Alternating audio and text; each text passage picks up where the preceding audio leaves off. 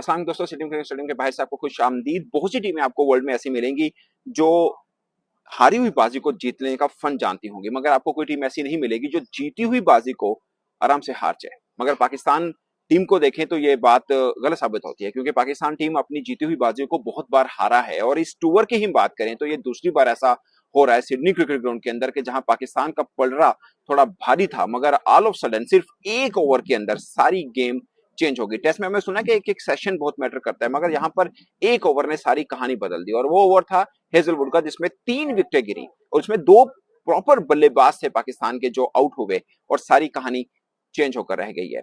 मैं थोड़ा सा पीछे जाऊंगा एमसीजी में, जहां पर मुझे लगता है कि पूरे 4 रोज के खेल में 3 बार ऐसा हुआ कि पाकिस्तान का पलड़ा ऊपर था और साफ नजर आ रहा था कि पाकिस्तान आराम से बाजी ले जा सकता है।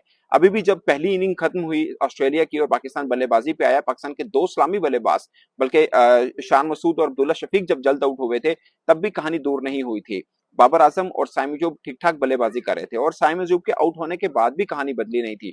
कहानी बदली है हेजलवुड के 5वें ओवर के अंदर, जहां पर उन्होंने 3 खिलाड़ी को आउट किया, वो मेडन ओवर किया, और उसके बाद सब पलट कर रह गया। और अब आज भी इस वक्त जब तीसरा डे क्लोज हुआ है और जब सबको लग रहा है कि कहानी पाकिस्तान के हाथ से दूर जा चुकी है, मुझे अभी भी लग रहा है कि पाकिस्तान के हाथ से उस तरह से गई नहीं है।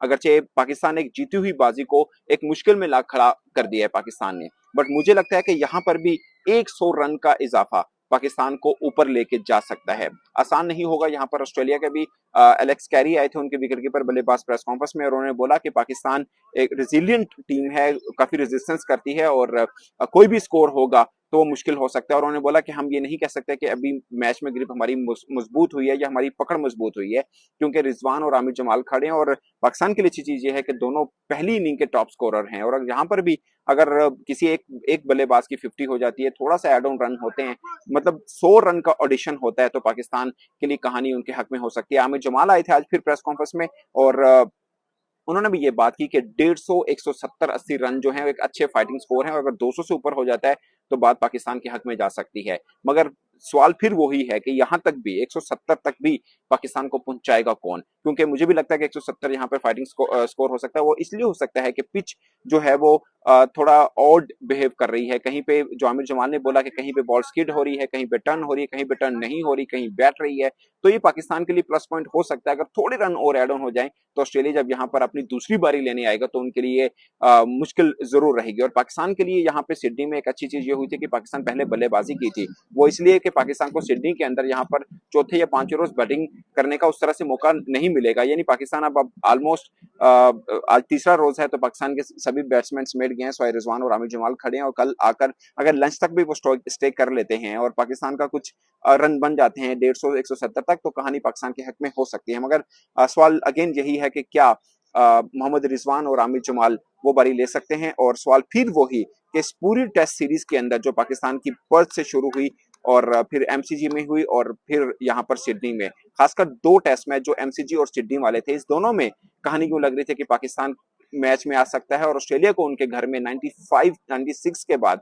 शिकस्त दे सकता है, मगर वो ऐसा हो नहीं पाया। मुझे नहीं मालूम कि पास में पाकिस्तान कहां किस किस मोड़ के ऊपर ऑस्ट्रेलिया को हरा सकता था, मगर इस टेस्ट सीरीज की अगर हम बात करें तो मुझे लगता है कि ये अनफेयर होगा ये कहना कि ऑस्ट्रेलिया इतनी तगड़ी टीम है कि पाकिस्तान कभी की सीरीज नहीं जीता। 95 या 96 में आखिरी बार पाकिस्तान ने सिडनी में ही ऑस्ट्रेलिया को टेस्ट हराया। मुझे लगता है कि इस बार ऐसा लगा कि हमारे खिलाड़ियों को शायद कुछ वहम है कि हम ऑस्ट्रेलिया को कैसे हराएंगे, मुश्किल होगा हमारा ऑस्ट्रेलिया को हराना। और शायद इस वास्ते जो बॉडी लैंग्वेज लगी प्लेयर्स की, क्योंकि एमसीजी के अंदर भी ऐसा ही लग रहा था कि पाकिस्तान एक जीती हुई बाजी थी और फिर हमारे बैटर्स की गलत शॉट्स की वजह से वो बाजी हमारे हाथ से गई। और आज अगरचे पिच का बिहेव थोड़ा डिफरेंट जरूर हुआ, मगर फिर भी एक दो बल्लेबाजों को अच्छी बॉल जरूर पड़ी, जैसे अब्दुल्ला शफीक को पड़ी, बट कुछ बॉलें ऐसी भी थी जो शायद हमारी अपनी गलती की वजह से जो बल्लेबाज हैं वो आउट हुए, जिसमें आप सऊद शकील का जिक्र आप कर सकते हैं कि शायद उन्होंने एक अननेसेसरी शॉट खेला जिसकी वजह से बाजी थोड़ी पलटी।